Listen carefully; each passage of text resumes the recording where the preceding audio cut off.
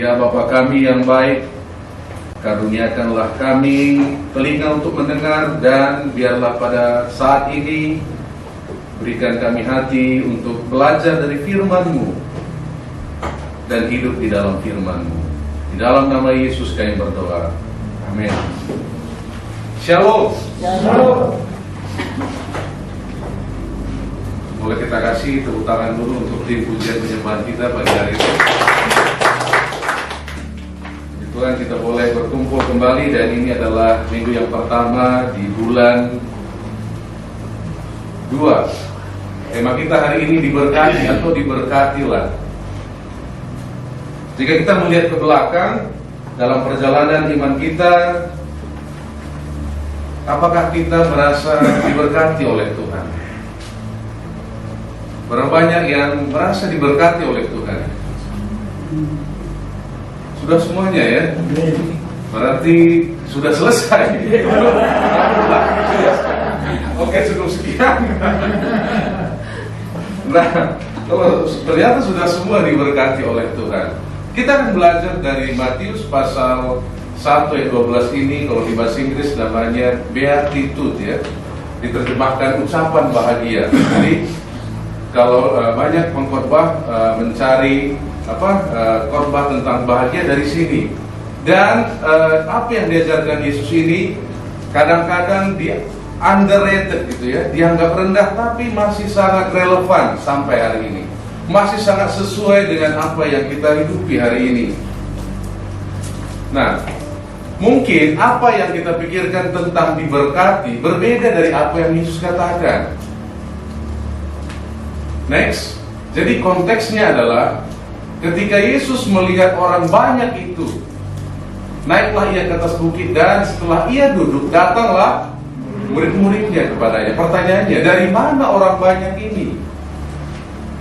Masih ingat pelajaran kita 2 minggu lalu ya? Yesus dibaptis, dan setelah Yesus dibaptis, dia pun mulai memberitakan Injil Kerajaan Allah. Jadi konteksnya adalah next. Di pasal sebelumnya, Matius 4 ayat 17, ketika Yesus memberitakan, bertobatlah sebab kerajaan surga sudah dekat.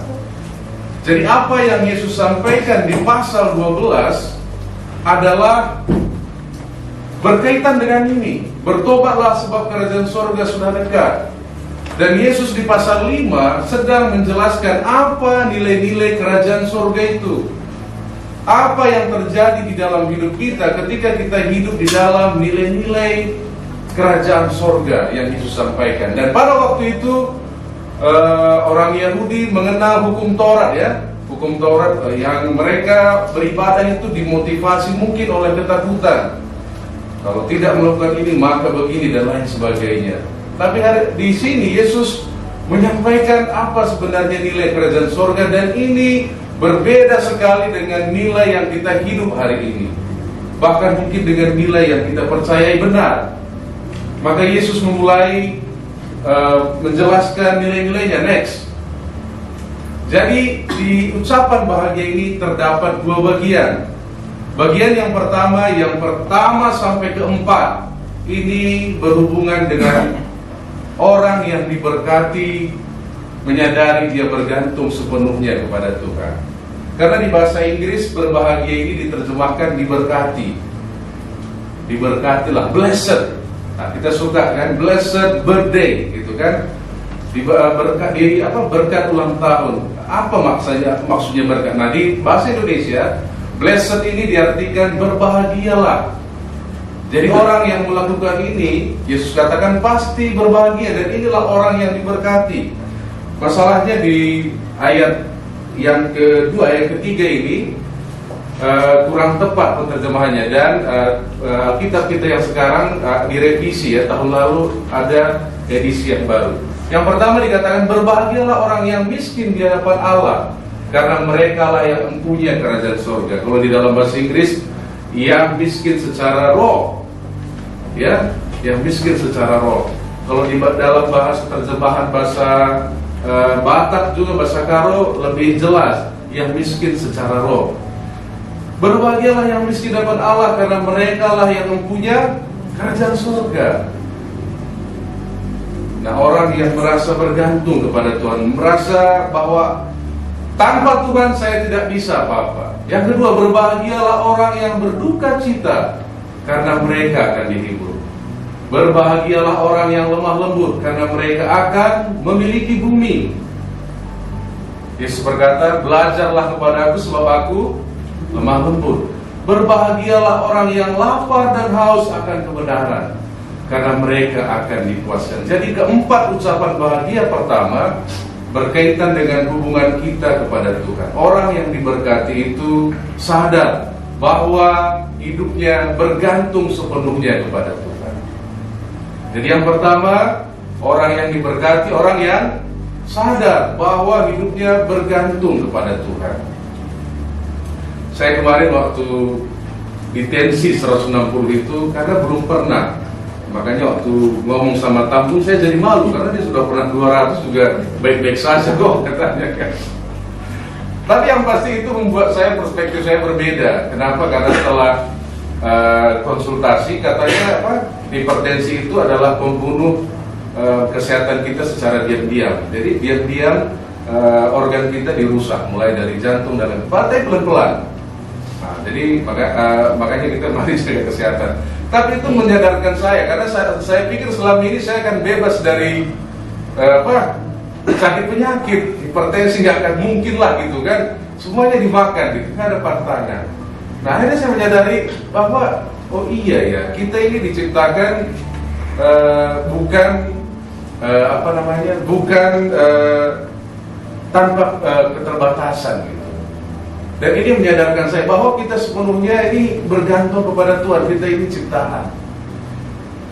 Nah, jadi yang pertama, next, orang yang diberkati adalah orang yang sadar bahwa hidupnya bergantung kepada Tuhan. Kalau kita berkata semua yang ada padaku berasal daripada Tuhan, maka kita seharusnya bergantung kepada Tuhan. Berikutnya, yang kedua, orang yang diberkati menunjukkan ketergantungannya kepada Tuhan dengan hubungannya dengan orang lain. Jadi yang bagian kedua ucapan bahagia ini dari 5 sampai 8 berhubungan dengan hubungan kita dengan satu dengan yang lain. Yang pertama, berbahagialah orang yang murah hatinya, karena mereka akan beroleh kemurahan. Berbahagialah orang yang suci hatinya, karena mereka akan melihat Allah. Berbahagialah orang yang bawa damai, karena mereka akan disebut anak-anak Allah. Berbahagialah orang yang dianiaya oleh sebab kebenaran, karena mereka lah yang punya kerajaan surga. Pertanyaannya ini sulit ya. Berbahagialah orang yang murah hatinya, orang yang membawa damai. Mana lebih gampang, membawa damai atau membawa perang? Membawa perang ya. Kalau kita emosi, membawa perang lebih gampang. Kenapa? Karena langsung keluar, cara cepat, tapi merusak lebih lama. Yakinlah. Tapi Yesus katakan, berbahagialah orang yang membawa damai. Diberkatilah yang membawa damai. Tapi membawa damai ini sulit, apalagi di rumah tangga tentunya ya. Yang rumah tangga boleh kalau setuju katakan amin. Tadi ada cerita, ini kisah nyata. Saya jadi terinspirasi dengan ibu pendeta ini, Boru Sinuhaji, Boru Karo ya, di Bandung. Ya, kotanya saya sebut, nama gerejanya nggak usah lah ya. Nah, suaminya orang Manado. Pelayanan mereka berjalan luar biasa. Kenapa saya tahu? Karena kakak saya yang nomor 4 ibadah di sana. Pelayanannya berjalan luar biasa, saking luar biasanya. Ada panggilan ke sana sini, suami istri. Tiba-tiba terjadi hal yang tidak diinginkan. Salah satu pelayan mereka hamil dan akhirnya ada anak dari suami pendeta ini. Pertanyaannya, apa yang terjadi setelah itu? Kalau kita mungkin dari luar kan sudah tahu kebenaran, kan pelayan Tuhan ya kan memberitakan kemana-mana. Apalagi gereja ini gereja Pentakosta yang dipenuhi oleh Roh Kudus ya kan, gereja Pentakosta. Kok bisa terjadi? Saya mau jelaskan kepada kita bahwa kita hidup di dunia yang sudah jatuh ke dalam dosa. Nggak ada yang sempurna lagi. Makanya Yesus datang menyelamatkan kita. Makanya penonton bilang, kok bisa begini dan lain sebagainya. Ada yang bisa tebak apa yang terjadi dalam kehidupan mereka. Mungkin kalau ibu-ibu ya kalau kayak gitu dalam jambak ini ya kan, emosi gitu. Nah bersyukurlah karena mungkin ya ada yang bilang ya mungkin karena ibu itu pendeta dia harus mempertahankan apa kata dunia gitu kan. Dan saya bersyukur ibu ini seorang pendeta. Kenapa? Dia pertahankan keluarga itu. Dia rawat anak yang lahir itu. Dan seiring waktu pelayanan ini semakin besar. Dan kemana-mana hari ini bapak itu kembali lagi melayani. Dan mereka kemana-mana pergi melayani keluarga-keluarga untuk pemulihan. Kan kalau misalnya gampangnya ya selesaikan aja kan, mudah kan. Untuk apa lagi? Tapi Tuhan katakan berbahagialah orang yang membawa damai, berbahagialah orang yang murah hatinya.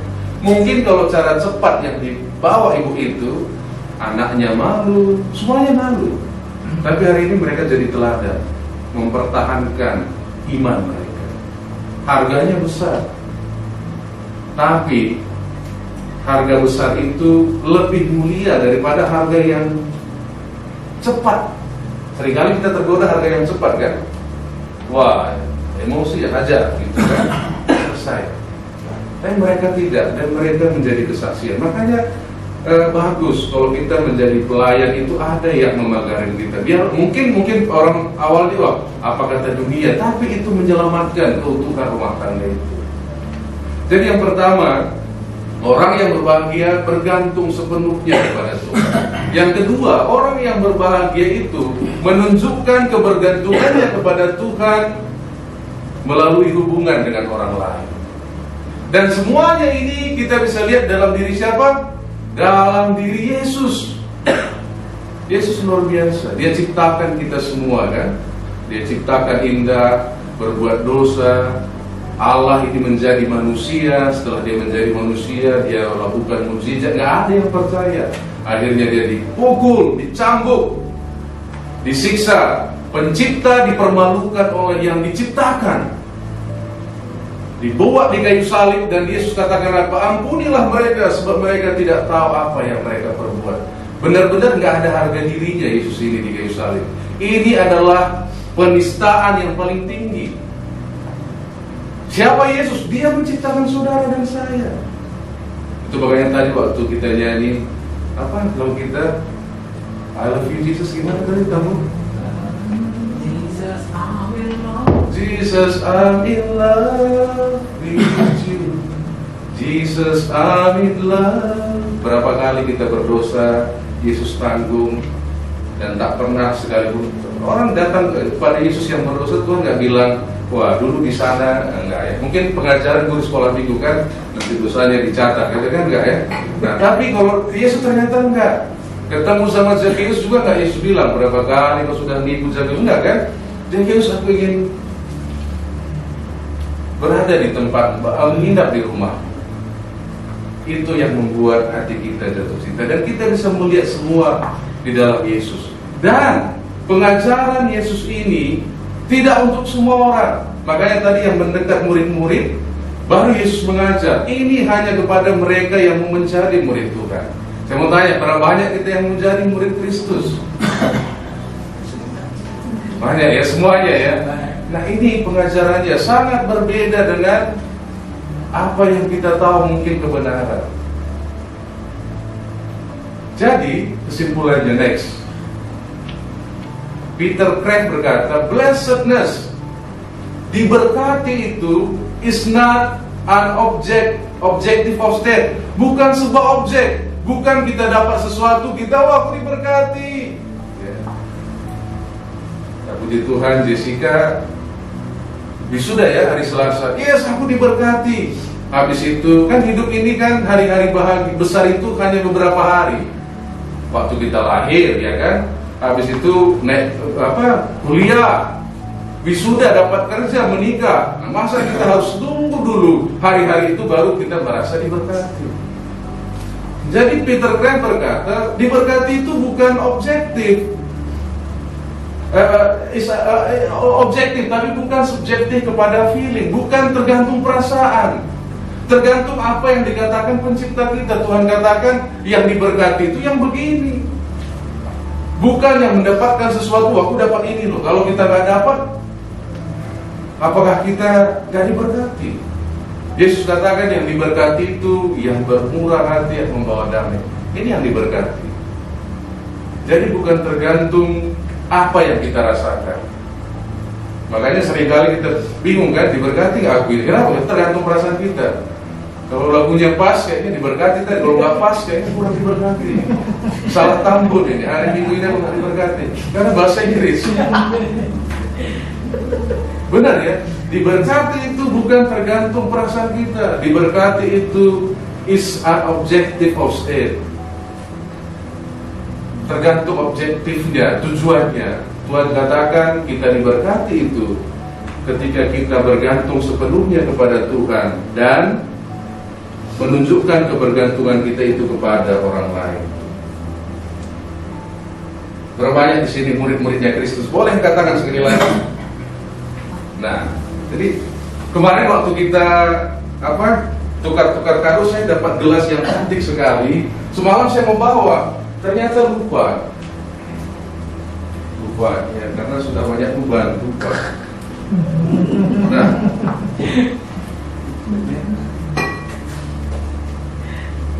katakanlah inilah kehidupan kita, gelas.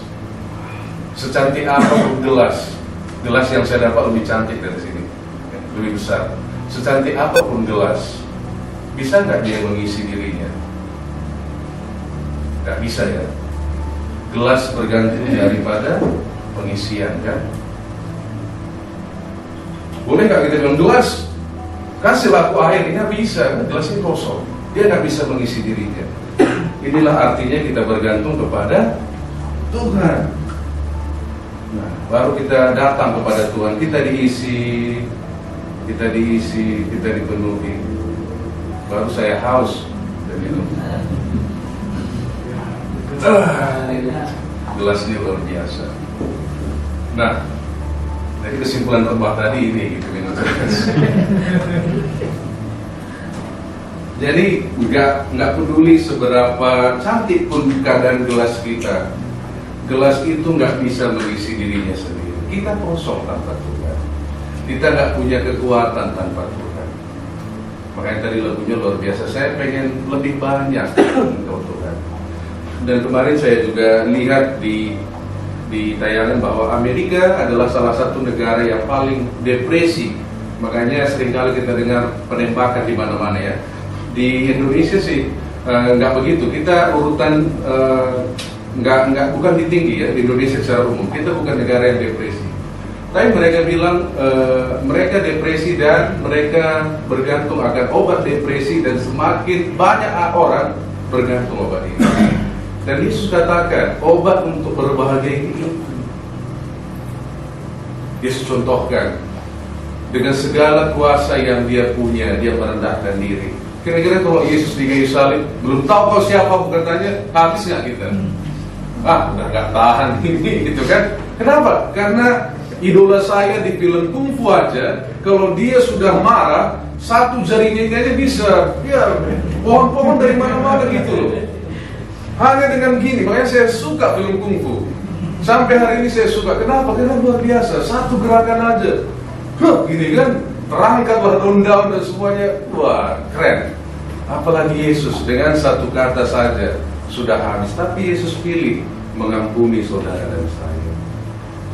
Jadi kalau kita pengen pemulihan, kalau kita pengen bahagia, Yesus sudah katakan, ini jalannya. Bukan yang lain, bukan di benda, bukan di objek.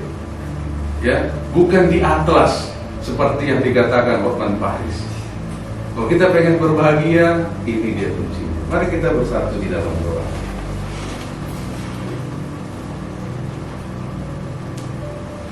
Biarlah firman-Mu berbicara kepada setiap kami, dan Roh Kudus-Mu ya Tuhan menolong setiap kami untuk melakukan firman-Mu. Di dalam nama Yesus kami berdoa. Amin.